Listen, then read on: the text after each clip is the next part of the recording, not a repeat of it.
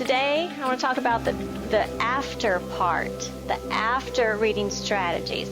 Books train your imagination to think big. What is the after reading stage?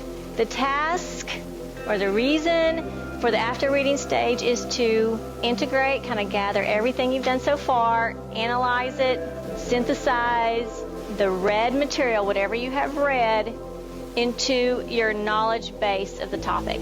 So you're at those higher level thinking skills. Analyze, synthesize that material, whatever you have read. Whether it's a textbook, a novel, an article, and make the material yours. Own it. Okay, so at the end part, whatever you've read, that's where you make your judgment calls, and you put that knowledge base into your head, and now you have an opinion about the material you've read as well. There's 6 strategies I want to quickly go over with you that you do in the after reading section. Review, summarize, and reflect. You're going to evaluate the author's ideas and purpose, ask more questions, seek additional help, express opinions, and choosing reading for joy. Review, summarize, and reflect. Now this is the big thing you always want to do after reading. You don't want to finish reading, close the book, you're done. That's when we have to really start thinking about it. You want to review. How do you do that? Through questions that you ask yourself. What did I get out of this? What did all this say to me? What does it mean to me? How do I evaluate it? How do I judge it? I liked it, I didn't like it. But anyway, you're going to ask all these types of questions. What did I get out of this reading? Can you retell the content, whatever the material was?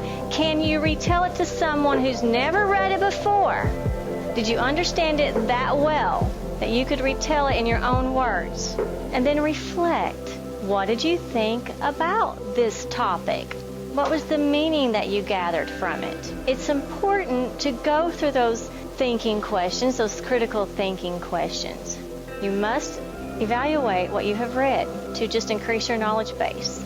Every author is going to have a purpose for writing what they wrote. They're going to have ideas that they're trying to get across to you. It's your job to judge them, their writing, their purpose. Did they meet their purpose? Was it to inform you about something? Did you get informed? Did they do a good job of teaching you? Was it to persuade you to change your belief about something or to take action about something?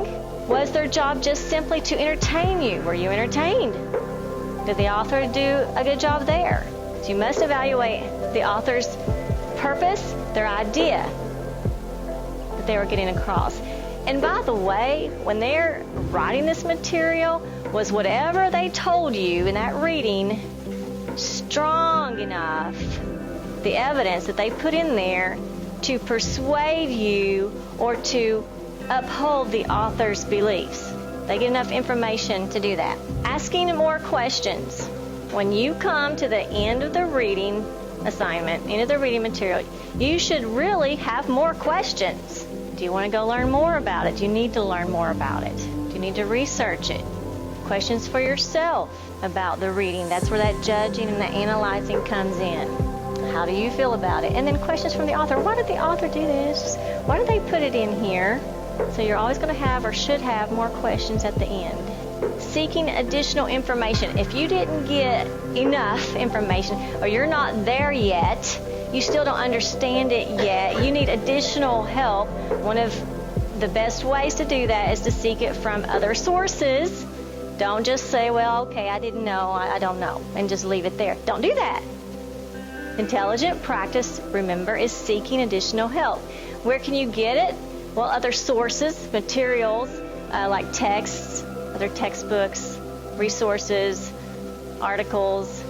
You get it from the instructors, peers, visuals, videos.